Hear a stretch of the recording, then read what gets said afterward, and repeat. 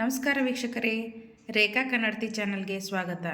ಇಂದು ನಾವು ಹೆಸರುಕಾಳು ದೋಸೆ ಮಾಡುವ ವಿಧಾನವನ್ನು ತಿಳಿದುಕೊಳ್ಳೋಣ ಬನ್ನಿ.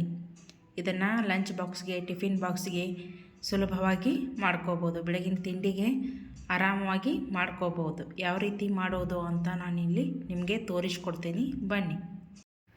ಇದನ್ನು ಕಾಯಿ ಚಟ್ನಿ ಜೊತೆ ಆದರೂ ತಿನ್ಬೋದು, ಶೇಂಗಾ ಚಟ್ನಿ ಜೊತೆ ಆದರೂ ತಿನ್ಬೋದು, ಹಾಗೆ ಆದರೂ ತಿನ್ಬೋದು. ಇದಕ್ಕೆ ಎಲ್ಲ ಮಸಾಲೆಗಳನ್ನು ಸೇರಿಸ್ಬಿಟ್ಟೆ ಮಾಡಿರ್ತೇವಲ್ಲ, ಹಾಗಾಗಿ ಯಾವ ರೀತಿ ಮಾಡೋದು ಅಂತ ನಾನಿಲ್ಲಿ ನಿಮಗೆ ತೋರಿಸ್ಕೊಡ್ತೇನೆ ಬನ್ನಿ.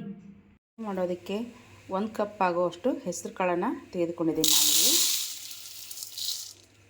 ಈ ಹೆಸರು ಕಾಳನ್ನು ನಾನಿಲ್ಲಿ 8-10 ತಾಸು ನೆನಾಕ್ತಿದ್ದೇನೆ. ಹೆಸರು ಕಾಳುಗಳನ್ನು ಇದಕ್ಕೆ ನಾರ್ಮಲ್ ವಾಟ್ರನ್ನು ಹಾಕಬೇಡಿ, ಇದಕ್ಕೆ ಬಿಸಿನೀರನ್ನು ಸೇರಿಸಿ, ಅಂದರೆ ಚೆನ್ನಾಗಿ ನೆನೆಯುತ್ತೆ, ಯಾವುದೇ ಗಂಡುಗಾಳು ಇರಲ್ಲ. ಇದು ನೆನೆದ ಮೇಲೆ 1-2 ಸತಿ ವಾಶ್ ಮಾಡಿ ತಗೊಳ್ಳೋಣ. ಈಗ ಒಂದು 8-10 ತಾಸು ನೆನೆಯಲಿದು. 8 ಗಂಟೆಗಳ ಕಾಲ ನೆನೆಸಿದಂತಹ ಹೆಸರು ಕಾಳನ್ನು ನಾವೀಗ ಕಟ್ಟಿಡೋಣ. ಕಟ್ಟಿಡಲಿಲ್ಲ ಅಂದರೂ ಪರವಾಗಿಲ್ಲ, ಹೀಗೆ ಆದರೂ ಮಾಡ್ಕೋಬೋದು. ಆದರೆ ಕಟ್ಟಿಟ್ಟರೆ ಮೊಳಕೆ ಬಂದರೆ ಆರೋಗ್ಯ ಕೂಡ ಒಳ್ಳೆಯದಾಗಿರುತ್ತೆ, ಹಾಗೆ ಸ್ಮೂತಾಗಿ ಬರುತ್ತೆ ದೋಸೆ ಅನ್ನೋದಕ್ಕೋಸ್ಕರ ನಾನಿಲ್ಲಿ ಕಟ್ಟಿಡ್ತಾ ಇದ್ದೀನಿ. ಯಾವುದಾದ್ರೂ ಒಂದು ಬಟ್ಟೆಯಲ್ಲಿ 2-3 ಸತಿ ತೊಳೆದುಬಿಟ್ಟು ಆಮೇಲೆ ಕಟ್ಟಿಡಿ. ಈ ಥರ ಗಂಟನ್ನು ಕಟ್ಟಿ ಭಾರವಾದ ವಸ್ತುವನ್ನು ಇದ್ರ ಮೇಲೆ ಇಡ್ರಿ, ಅಂದರೆ ಮೊಳಕೆ ಚೆನ್ನಾಗಿ ಬರುತ್ತೆ. ಒಂದು ನೈಟ್ ಇಡ್ರಿ, ಇಲ್ಲ 8-10 ತಾಸಾದರೂ ಡೇ ಟೈಮ್ ಆದರೂ ಕಟ್ಟಿಡ್ಬೋದು ನಾವು. ಹಾಗಾಗಿ ನಾನಿಲ್ಲಿ ನೈಟ್ ಟೈಮ್ ಕಟ್ಟಿಡ್ತಾ ಇದ್ದೀನಿ, ಬೆಳಗ್ಗೆ ಹೊತ್ತು ನಾಷ್ಟಕ್ಕೆ ಮಾಡ್ತಾಯಿದ್ದೀನಿ. ನೀವು ಬೇಕಿದ್ದರೆ ನೈಟ್ ಮಾಡ್ಕೋತಿದ್ರೆ ಹಗಲೊತ್ತು ಕಟ್ಟಿಡಿ, ಪರವಾಗಿಲ್ಲ, ಮೊಳಕೆ ಬರುತ್ತೆ. 8-10 ತಾಸು ಇಟ್ಟರೆ ಮೊಳಕೆ ಚೆನ್ನಾಗಿ ಬರುತ್ತೆ. ಇವಾಗ ತೆಗೆದು ನೋಡೋಣ ಯಾವ ರೀತಿಯಾಗಿ ಮೊಳಕೆ ಬಂದಿದೆ ಅಂತ.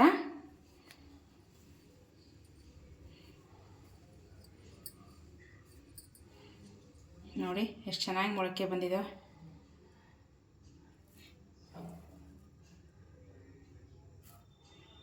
ಇವು ಪ್ರೋಟೀನ್ ರಿಚ್ ಆಗಿರ್ತವೆ, ಹಾಗಾಗಿ ಮೊಳಕೆಯನ್ನು ಬರೆಸ್ಕೊಂಡ್ರೆ ದೋಸೆ ಇನ್ನೂ ಚೆನ್ನಾಗಿ ಬರುತ್ತೆ ಅನ್ನೋದಕ್ಕೋಸ್ಕರ ನಾನಿಲ್ಲಿ ಮೊಳಕೆಯನ್ನು ಬರೆಸ್ಕೊಂಡಿದ್ದೀನಿ.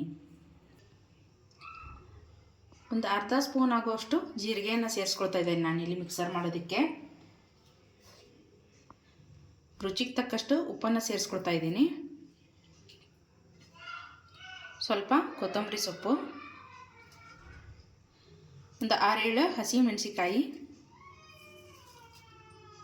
ಸ್ವಲ್ಪ ಕರಿಬೇವಿನ ಸೊಪ್ಪು. ಇದನ್ನು ಸ್ವಲ್ಪ ನೀರು ಹಾಕಿಬಿಟ್ಟು ಮಿಕ್ಸಿ ಮಾಡ್ಕೊಂಬರ್ತೀನಿ ನಾನು. ಅತಿ ನೀರಾಗಿ ಮಾಡ್ಕೊಬೇಡಿ, ಹಿಟ್ಟನ್ನು ಗಟ್ಟಿಯಾಗೇ ಇರಲಿ ಸ್ವಲ್ಪ, ಇಲ್ಲಾಂದರೆ ದೋಸೆ ಏಳಲ್ಲ.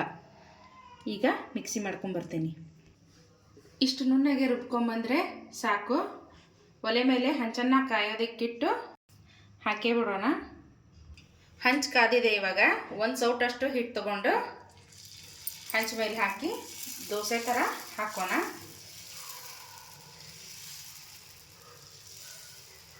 ನಿಮ್ಗೆ ಎಷ್ಟು ತೆಳ್ಳಗೆ ಬೇಕೋ ಅಷ್ಟು ತೆಳ್ಳಗೆ ಹಾಕ್ಕೊಳ್ಳಿ.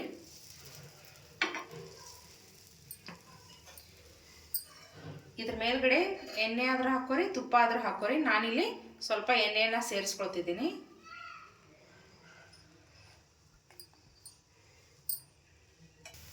ಒಂದು ಸೈಡ್ ಬೇಯ್ತಿದ್ದಾಗೆ ಇನ್ನೊಂದು ಸೈಡ್ ತಿರುಗಿ ಹಾಕ್ಕೊಳ್ಳೋಣ.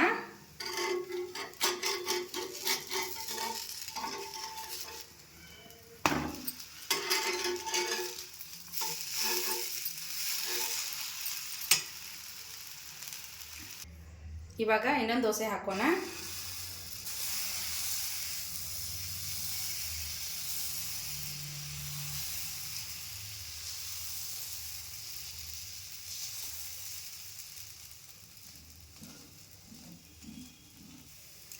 ಇನ್ನೊಂದು ಸೈಡ್ ತಿರುಗಿ ಹಾಕೋಣ.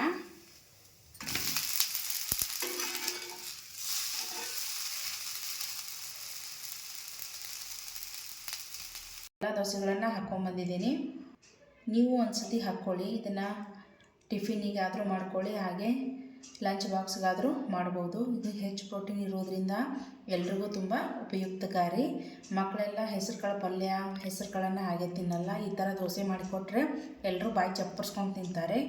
ಹೆಸರು ಕಾಳಿನಿಂದ ಮಾಡಿದ್ದೀವಿ ಅಂತ ಕೂಡ ಗೊತ್ತಾಗಲ್ಲ. ನೀವು ಒಂದು ಸತ ಮಾಡ್ಕೊಳ್ಳಿ, ಹೇಗೆ ಬಂದಿದೆ ಅಂತ ನನಗೆ ಕಾಮೆಂಟ್ ಬಾಕ್ಸಲ್ಲಿ ತಿಳಿಸಿ. ರೇಖಾ ಕನ್ನಡತಿ ಚಾನಲನ್ನು ಸಬ್ಸ್ಕ್ರೈಬ್ ಮಾಡಿ, ಶೇರ್ ಮಾಡಿ, ಲೈಕ್ ಮಾಡಿ, ಕಮೆಂಟ್ ಮಾಡಿ. ಮರಿದೇ ಬೆಲ್ ಬಟನನ್ನು ಕ್ಲಿಕ್ ಮಾಡಿ. ಧನ್ಯವಾದಗಳು.